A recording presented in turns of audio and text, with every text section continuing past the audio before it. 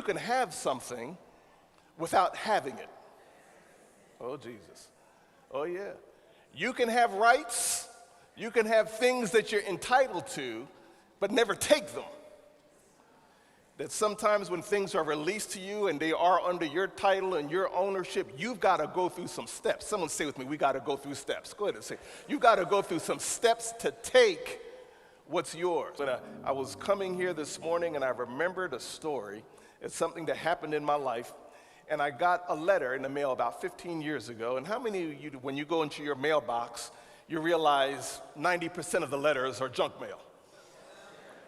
You know, you see, sign up for this financial offer, no. Credit card, no. This, And so one day I got this inauspicious letter, and it said to Aubrey and Lisa Fenton, and it was from this department in the state that was called unclaimed property. It's a very, inauspicious. It didn't look fancy. I said, this is junk. And I opened it up, and it said, you have some unclaimed property. And I said, this is a hoax. I'm not going to read this. It said, you have to fill out this form and send in some identification. And I spoke to a sister in the church, and she said, she's here this morning. She said, you need to take that letter seriously.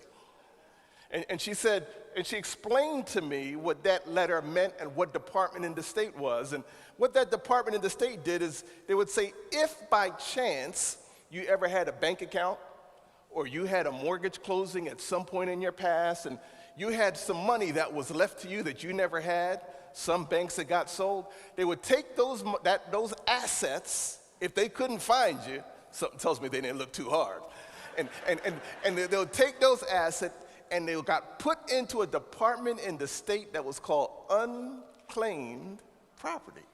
I said, say what? I never even heard of this department and what's going on here. And so she said, well, you better go ahead. You don't even know how much you have. And I said, wow.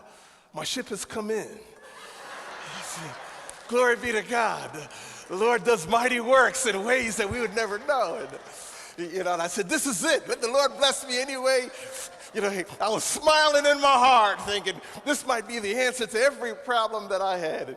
And so I went ahead and I diligently filled out that paperwork and I mailed off my driver's license, like a little picture of it back then, and they sent me a check. And what that check was, it was enough for me to buy myself a good cup of coffee. But so it doesn't matter. The point is, it was money I didn't have in a minute, right? And she explained to me, she said that letter, she said there was some closing, you were sold a home and purchased a home at one point, and they had to put some money in escrow. And sometimes they calculate a few too many days and that money's left and you're already off to a new house. So they send that $80 back to the state and the state has to track you down. So that's how you got your 80. And it was an important lesson for me because in that lesson I realized, you can have something without having it. Oh, Jesus. Oh, yeah. You can have rights. You can have things that you're entitled to, but never take them. That sometimes when things are released to you and they are under your title and your ownership, you've got to go through some steps. Someone say with me, we got to go through steps. Go ahead and say, you got to go through some steps to take what's yours. And in the Bible has different Greek words, and one of those words is lambano. It means not just to receive, it means to take actively. Like I'm going to use my hands and take what I am entitled to.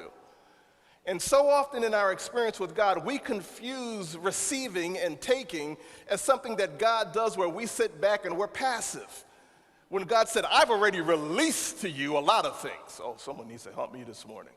But now what you have to do is take what God has released, my Lord. And sometimes in our life reflects people that have a lot, but have not taken everything that God has released to us.